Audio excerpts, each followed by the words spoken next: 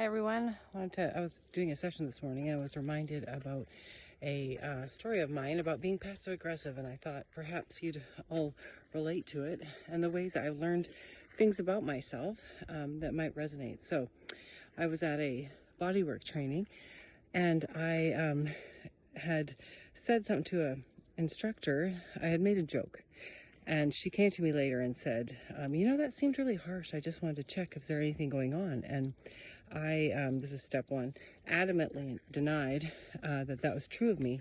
I said sincerely, no, I would never mean to hurt you. I'm so sorry if it came across that way. I was trying to make a joke, blah, blah, blah. So we patched that up. She said, great, just checking, and then I went to my room because we were all staying in this house together. And up in my room, I started to hear my parts say, well, fine. I guess we just won't try to be funny. And a whole litany of things that they said to me. And I had this awareness in the moment of, oh my God, I must have done that on purpose. Otherwise my parts wouldn't be so activated right now.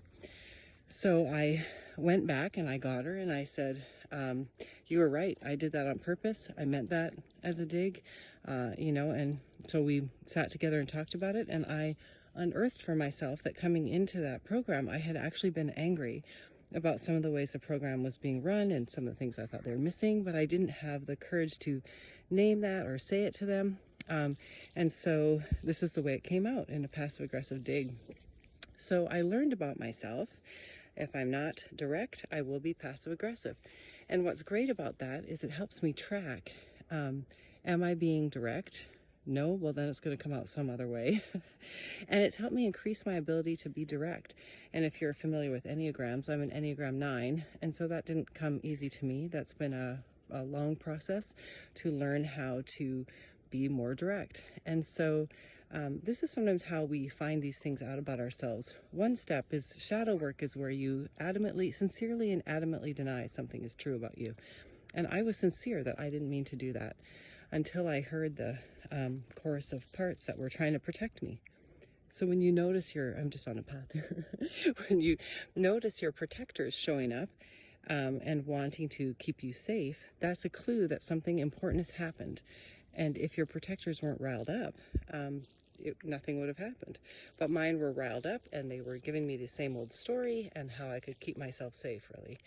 So I got curious about what was happening for me actually, and unearthed my own anger and my inability to say it, and so was able to speak my truth and really adult in that moment and be there for those parts.